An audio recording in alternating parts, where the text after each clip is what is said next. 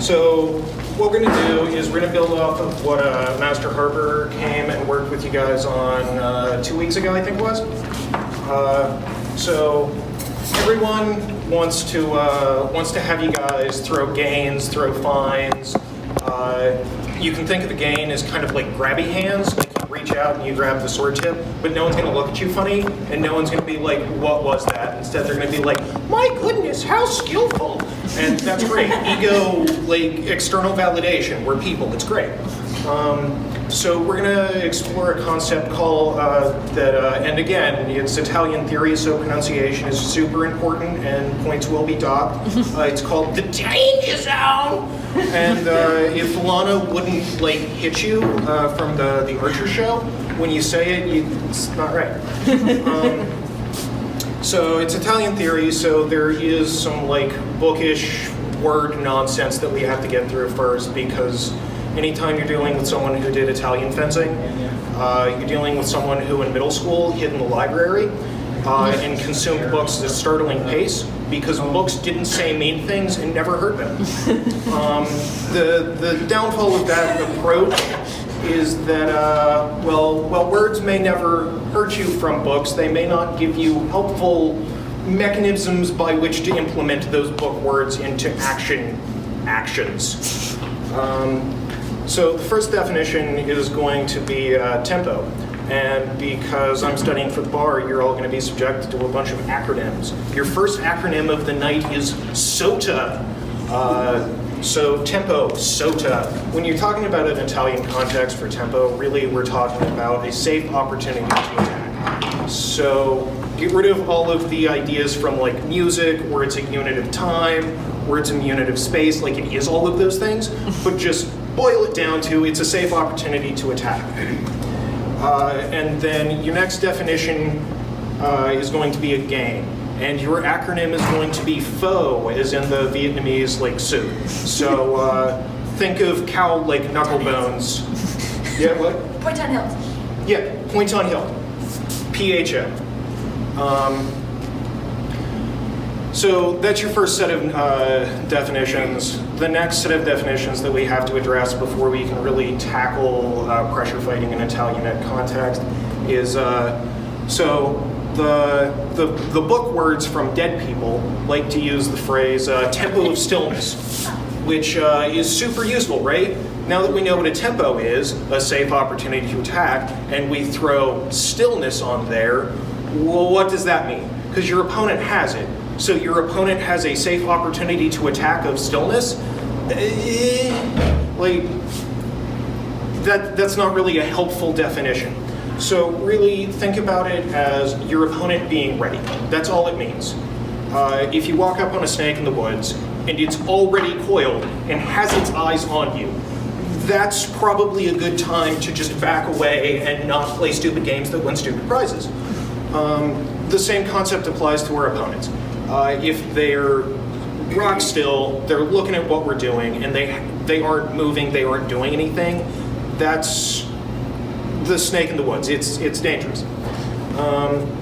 And now we're really getting to the heart of this pressure issue fight, and this isn't dead people words. This is for this class. It's the danger zone.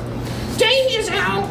So if I can have someone with a blade real quick to demonstrate. So when we are here, right, is there a safe opportunity to attack? Don't overthink it. Is there a safe opportunity to attack for either of us right now? Yes. How? Well, it looks like both of you are in range of each other and can easily reach. Okay, good. We worked through the answers, right? So is she in measure for me? Yeah, I think so. Yeah, I can reach her. So now we apply the second portion. Is it a safe attack? Nope. No, because if I throw that lunge, rolled up newspaper right over the snoot. Bad idea. So there's not a safe opportunity to attack here. So if she takes a foot in and she extends her weapon Is there a safe opportunity to attack now? Yes, because she doesn't have her blade gained, right? So I'm going to pull my least favorite law school trick and say the answer here is maybe. It depends. It depends. Yes, okay, someone has dealt with insufferable lawyers before. Right? So it depends on whether or not she's able to put her hilt on. So if she's here, this is a safe opportunity to attack. I can't strike her because she's done grabby hands with her hilt. Right?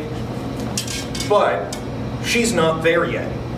So if I read it right, as she moves, I can counter. I now have my hilt on her point. Safe opportunity to attack, right? So that's the danger zone. The danger zone is the point between where you initiate a find and when you secure a game.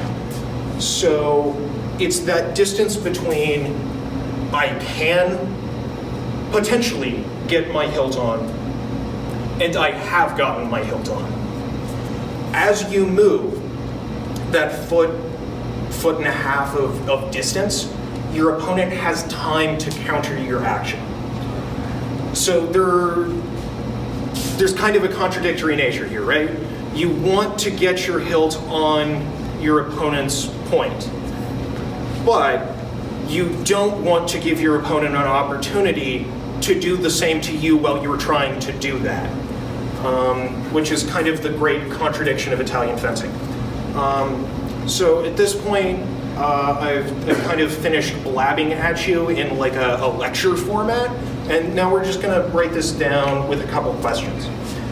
So, starting with the leading one, why is there no tempo out of measure? Because you can't attack you can't have a safe attack. Does that make sense to everyone? Anyone want to add something? Anything can happen.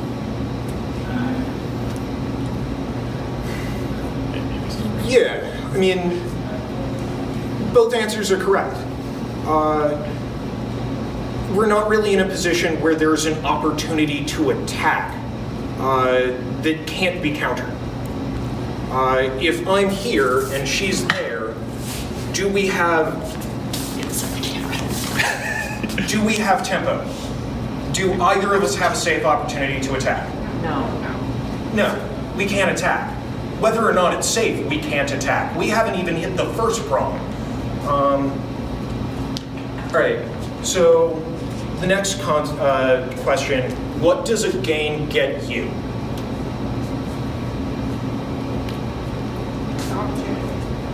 Exactly. Say it louder Yep. for the camera. An opportunity. A safe opportunity to attack.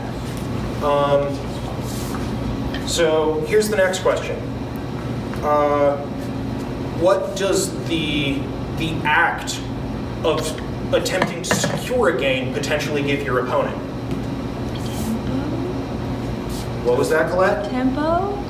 Uh-huh. It gives them a safe opportunity to attack. So there are a lot of different ways to handle this this kind of contradiction. You can throw an invite, you can make a distance. Basically, this is fencing. Different styles have different end goals, but really you're all fighting over what's going to happen in about a foot of space. So today we're primarily going to address pressure fighting's response to this. At this point, go ahead and get a weapon and get a mask, and we're going to run 3 actions. Can I read your card? Okay, so if I can use Rajan here for a second. So our first action is going to be the danger of attempting a game, right? So I'm coming in, my footwork is lazy, just for the record on the video, just don't do this. As I attempt to gain, she's going to counter. And then Dodging that, she's going to lunge and strike. So this is, if I do pressure fighting lazy, if I just attempt to force a gain, this is the opportunity that your opponent has against you. So I'd like to run that 5 times so that everyone can just kind of see that, get a sense of the timing for generating that tempo.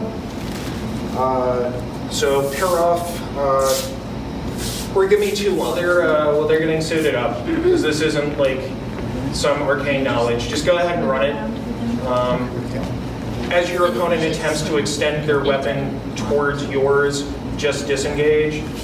This side is going to start as the attackers. This side is going to start as the people disengaging. And then we'll just add another set here and run ourselves clockwise.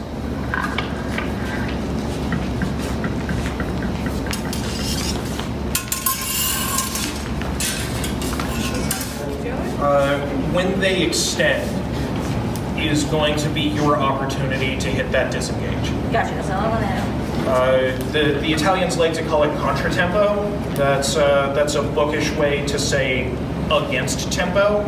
So they have what they think is in a tempo, and you're going, no, that's not safe.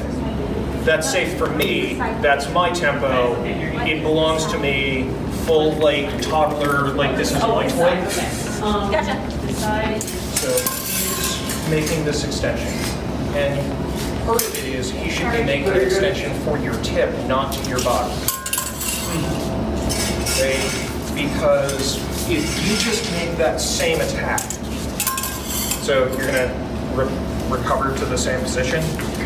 Right now, this is actually a double. You've not done anything to preclude this outcome, and that's suboptimal. So what you're going to be doing is you're going to be coming across, putting your hilt on her point, and then at this point, it's a Goosebumps adventure, choose your own like ending. So it's as you attempt to place your hilt on her point that she's going to be able to disengage, put her hilt on your weapon, and strike. So this is kind of the inherent danger of attempting a game out of tempo, which is kind of where we're going with all of this like pressure fighting, because pressure fighting is basically a means by which you manipulate the tempo to provide mechanical advantage, at least within an Italian context. Really, within every context, it's just how mechanical advantage is secured changes. So, fourth thing, extend your arm. Right now, you're bringing it back. Bigger cone of defense. Really here? Again. So, one moment. So, if we can run this slowly. Right, so you're waiting until she's already extended to her. Yes. What I want you to do is focus on her front shoulder. It has to give a tell for her to extend. As she's extending is when you're making this action. You're putting your hilt on her point, and at this point, it's a much cleaner action than bringing back and using body like size and weight to push through. Much better. Help call. Well, if I actually. Yeah. So just help call. What exactly am I supposed to do? Okay, so if we recover out of measure for a second. So he's going to extend his weapon. So recover for a second. So recover your arm. So as he extends his arm, you're going to be extending in turn to make contact with his point. And then from there, you can manipulate his weapon to create an opening for yourself. Given the height differences, it may be easier for you to roll your knuckle towards the ceiling when he does this. So he's... If I'm on this side, is that going to be the weak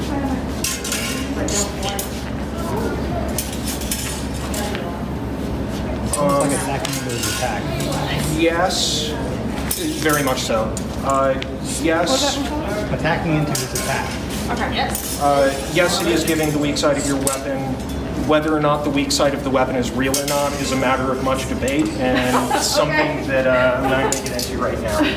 Okay. So I'm coming all the way in. So you were extending in counter to his own extension. And because of the way that the measures are playing out, you were going to end up in the dominant position. Yeah, I'm good. Yeah, that works. You're doing Okay, this. so he extends. So that'd be why it feels awkward. So if he, yeah, exactly. And this time he's going to really aim for your point. So he's extending to make contact with your point. You're disengaging to not necessarily strike him, but make contact with his weapon to secure it.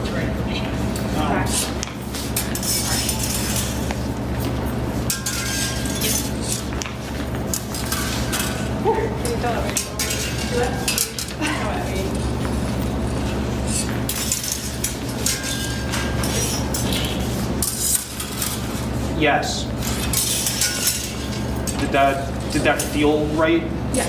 Like once you made that contact with the point, it just slid like easily through his weapon and his defense just kind of evaporated. Yeah. Okay, so let's get you 5 more of those here. So I actually want to. So you're extending, right? Okay. So this is second being weird. Looks like it. Right. So you're. Okay. So she's coming in. They keep going if you want. My disengage is really about calculation. So I'm relaxing my grip a little bit to make the calculation. Oh, okay, this is what we discussed last year. And then I'm probably going to angle that Over the underneath. shoulder. So like right in the armpit. Got it.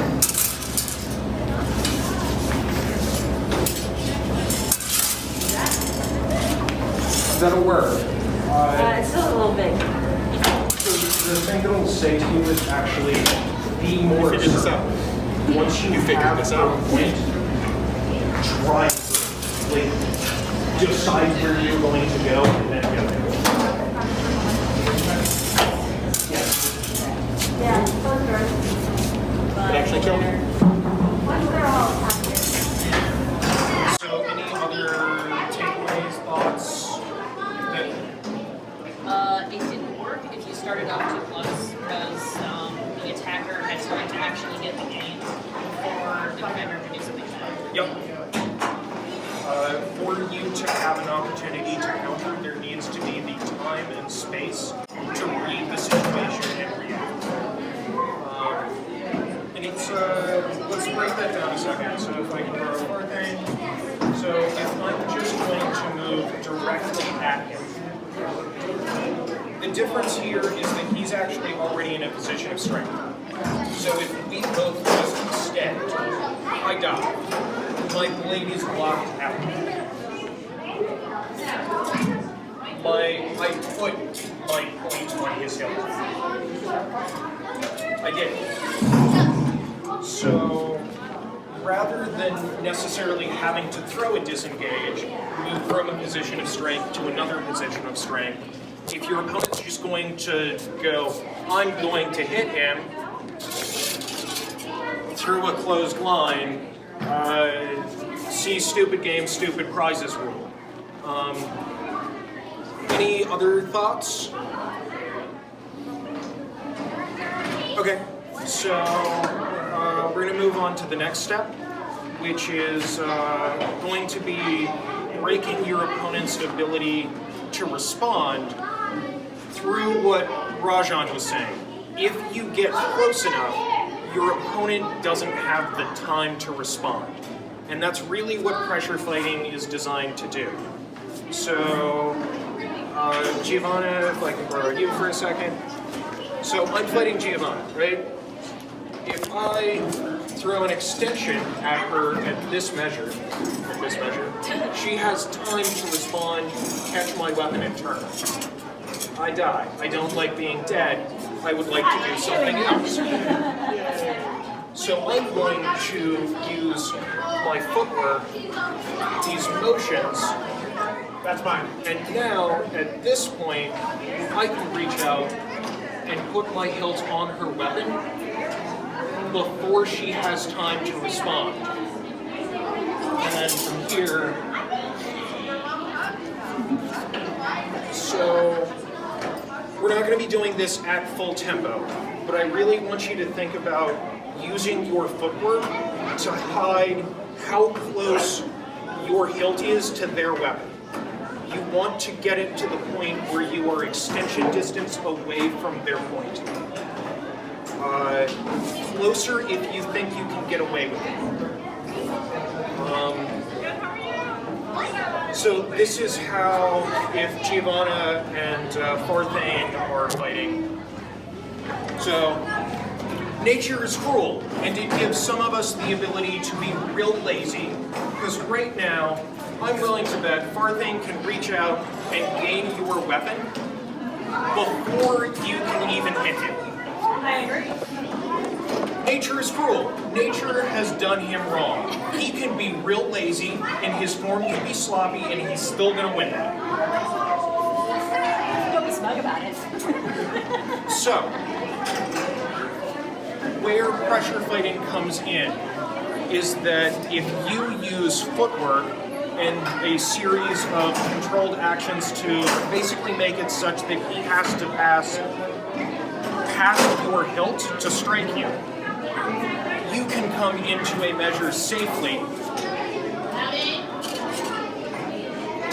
where you can easily put your hilt on his point. And even though his reach is probably about a foot longer than yours, Pass me. if it's reaching over your shoulder, who cares? Right? I won't hit you. No, that's fine. It was also, I knew that's where it was going, so I was extending someone just to touch it. So, use your footwork, keep yourself defending. If at any point your opponent extends, which we'll do eventually, you should be able to close that line immediately. So you said footwork. Yeah. So you demonstrate exactly what you expect. So we are just like flailing crazy.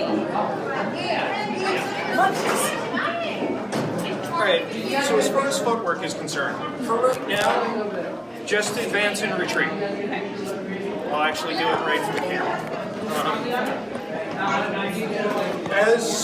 As you progress as a pressure fighter, as you see more advanced pressure fighters, that's when you're starting to see this like back foot like cheat. Measure is based off of your back foot, right?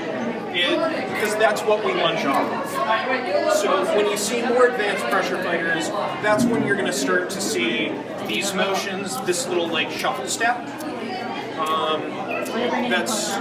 That's when you're going to start to see oblique actions, where, so if I'm lined up with you, I'm going to close 6 inches of measure on this step.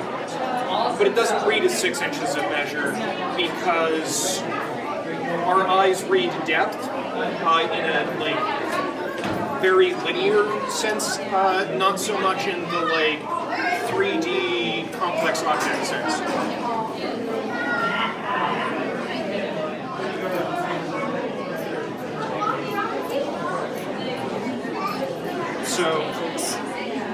So for right now, we're just going to stick to advance and retreats. Wanted to clarify. Yeah, no, it's a good question. Any other questions? Which one would have what the attacker is looking for, like, before they launch their attack? So the attacker is looking for a position where they have their opponent's point on their hilt. At this point, I'm pushing through.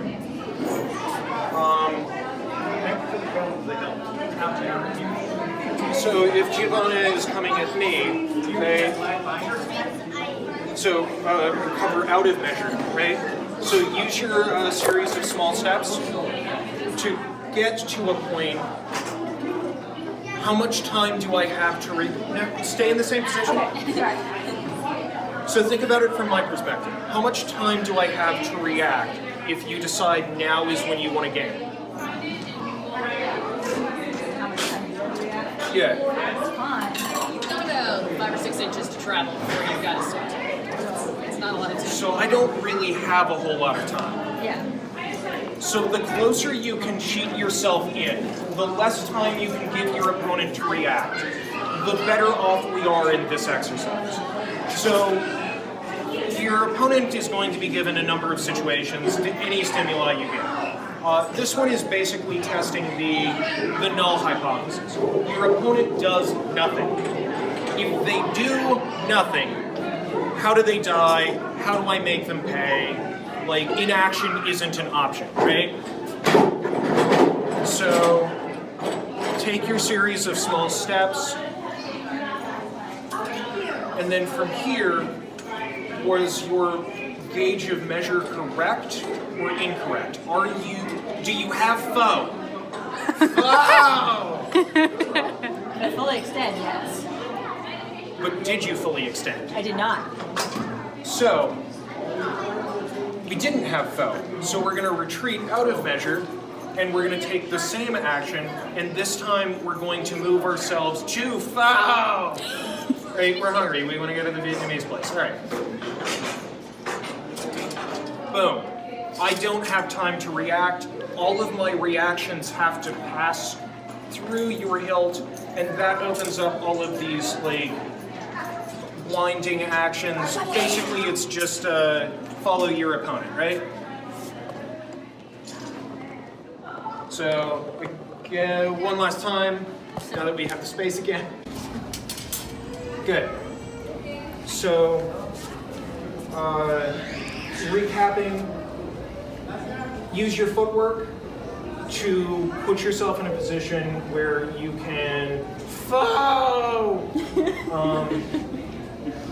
And go ahead and play with it. Like, this isn't going to be nearly as delicate a tempo as the last one. This is move around, get a sense for your own measure, get a sense for how far out you can be against different opponents, and still be able to put your hilt on their weapon. Because really, once you have that contact with the hilt, it's what you want to do. Cooking, not baking.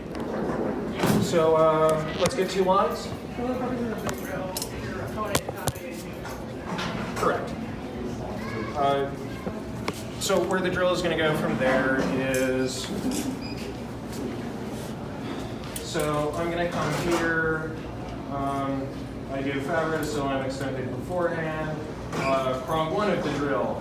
I come in, I manipulate pressure, I get my point on, I strike. I come in, I'm Fabris, this lower flank is super exposed. What's my opponent's really clear open on my body? It's underneath. Don't throw prima, that's the... Sorry. Like, you're just going to the same My thing double like fishing. flank. Okay, alright. I throw, I attempt to gain, she throws at my flank, I come down and catch and step in.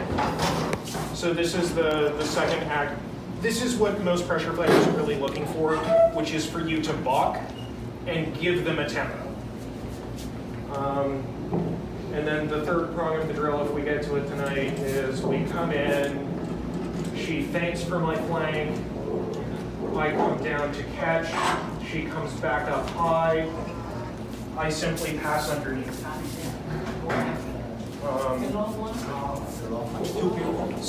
But first, we're just going to get a sense of our measure and getting our hilt on their point and using our feet to deliver us there rather than our arms.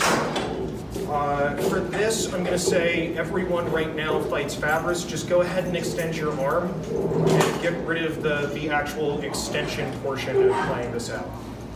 So 2 lines. So again, we're going to break it down. We're going to do what worked, what didn't. What did we learn? Any hands? Any volunteers? So I learned that when I try to use second, when their tip is way up, it does not, my arm doesn't like that. Try to do, not working for me. So we can talk about it later, but like a like bastard 1-2 guard is kind of one of the bread and butters for that spot. Fair. Got it. Note self. Right. I mean, one of the reasons that I'm using foe here is that a lot of the time in an Italian context, people are like, use first, use second, use you, blah, blah, blah. It really doesn't matter which guard you're using, so long as you're putting their point on your hilt, and I'd rather people just do that in whichever way makes sense to them intuitively, rather than try and force every action into these different boxes that are really there for demonstrative purposes, IMO, rather than for like theoretical hegemonical ones. But so yeah, good observation. Anything else? Different opponents would have their like just neutral guard be in different places. So when I wanted to find it or gain their sword, I had to go looking for it in different places, so to speak. I couldn't just default to the same thing every time. My opponent was holding their sword in different places. You have to make sure you're far enough in on their blade, not actually catch their tip in your hilt. Yes. Do what?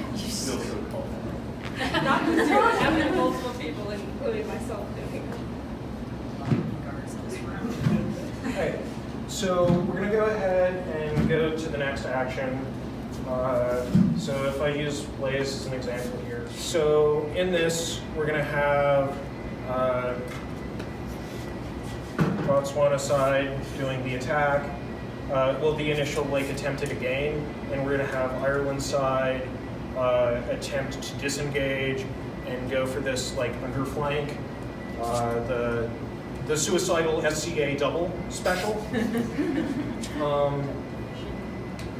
Right, so she attempts to gain, I attempt to defeat her gain, and she's just going to move right through without really thinking about that action.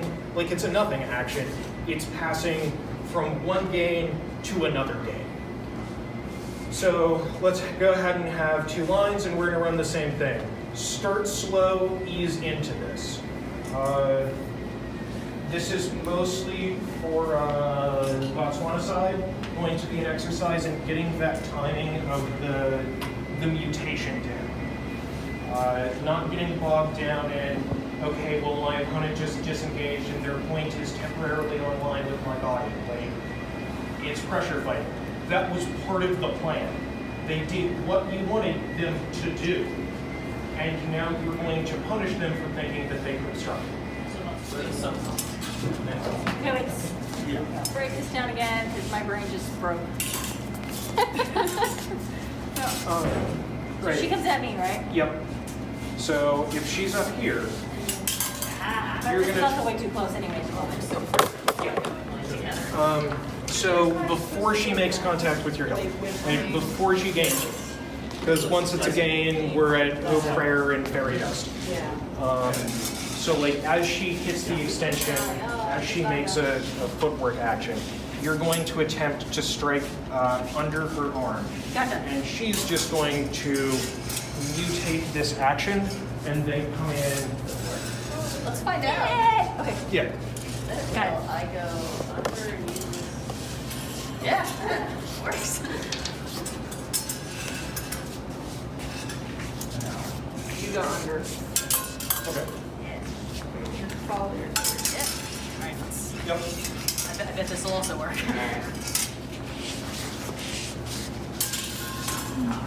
So good.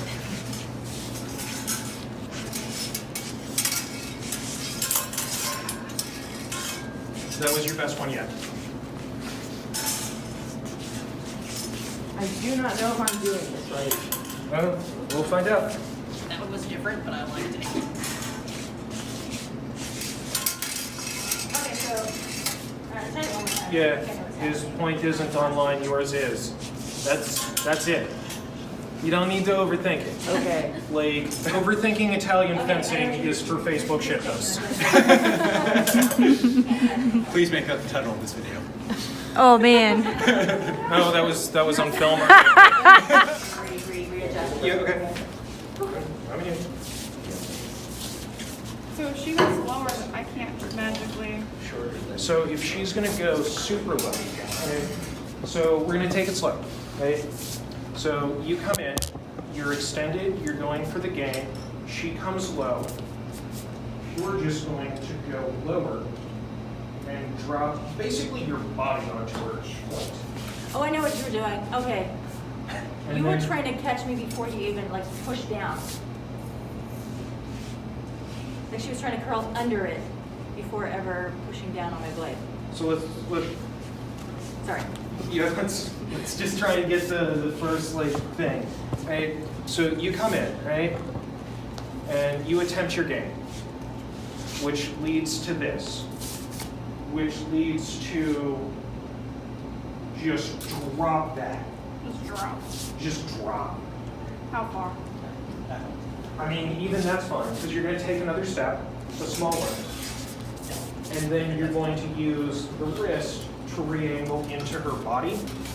Try not to get in the way. So here you would kind of bring it across a little bit, Okay. right? Okay. So Try that.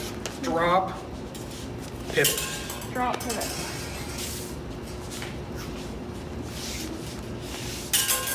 Wow. Yep.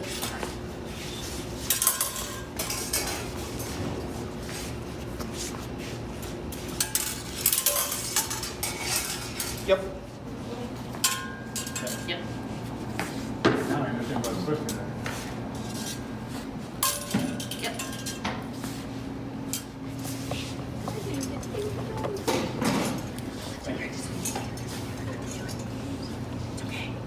Okay, so clearly this was all at abstracted tempo. Pressure fighting doesn't happen at abstracted tempo, just to acknowledge some of the drawbacks of this particular drill. So let's talk it out a bit. Were you able to see that like moment of danger between attempting a gain and securing the gain? And were you able to then see how you can use your feet, your body, everything else to kind of cheat how long your opponent has to respond, read, and then react? Yes. So that's all pressure fighting is, really. If I can actually use Colette here for a second.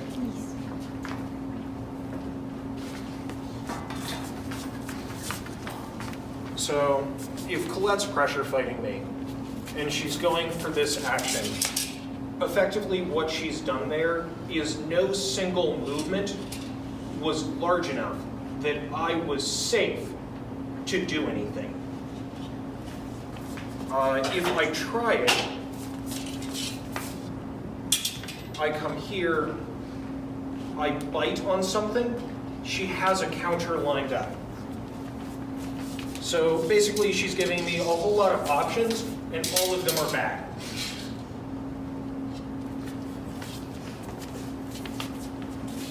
And then even saying I feint, she bites, and I come back up, it's still just moving into another bad option.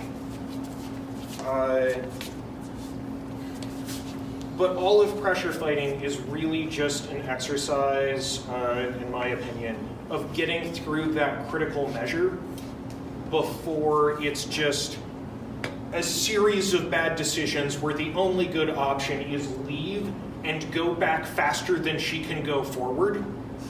and close off her ingress, which is going to read like this. Okay? So she starts pressure fighting me. No. Which, I mean, on most of our list fields ends up with the marshal being like, and recenter, and then eventually the marshal is going to be like, okay, the next time you hit the edge of my field, you're dead. I So, will do that. So what is an appropriate counter? so counters to pressure fighting. The best response to fighting a pressure fighter is to be a better pressure fighter than they are. So we come out here, The counter. and I establish my pressure and get her moving on her back foot, because most of your pressure fighters are not natural counterpunchers. And really, a lot of them are bowling balls. They're going to go in one direction really, really well. But their go back in the other direction is going to be more limited. Your other option is, so they pressure fight you, you drop an invitation, Sorry. and then you counter. Basically, you break their fighter brain, give them what they think they want.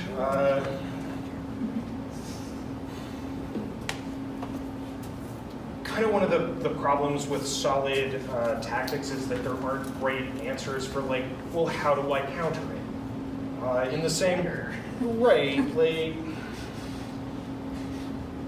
so I'll take it out of sword fighting for a second, right? So like, if you've got a super aggressive driver, like, how do you stay safe around? You try to get around them. Stay away from them. You let them get around you Yeah. and just hang back. So that's probably going to be your best answer, like for you. Like you're going to let them do their pressure fighting things, and you're only going to respond when you absolutely have to. You're probably a counterpuncher. Fight your best fight. Okay. Because regardless of whether they're a pressure fighter, a counterpuncher, a slugger, whatever archetype you want to put together, when you start fighting, when you start tailing your fight to fight them, more times than not, we're in a bad spot. The other thing, be aware of what they're going to do. Like, even if you don't want to be a counterpuncher, this class should give you a pretty good concept of, hey, this pressure fighter is edging closer to me. They're taking these small tempos. They're trying to set something up.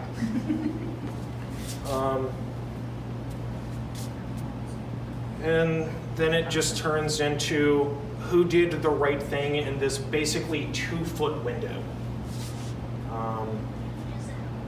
Yeah, does that answer your question at all, or am I just kind of like hungry mumbling? A little bit. I think it's just more of like, what is like, not necessarily like your final answer, but like what's a way to like approach it, like think about fighting. Then I'm gonna go with yields, right? So if Colette's coming up, she's doing her thing, right? So at this point, she thinks that she has me. Generally speaking, she does. I can't disengage. That's too much time. The yield is an action where you re-secure mechanical advantage through bizarre means. Basically here, I'm going to punch way out and get my foe with the false edge, and then just throw bizarre angles at her. I'm going to see if I can trick a pressure fighter into putting pressure through my weapon to secure their action, Because when they put pressure through, then when I take my weapon away, it throws off their entire tempo game. So again, if you look, she's putting pressure, I take it away, her weapon moves. She's playing such a delicate tempo game that she can't really afford the thump.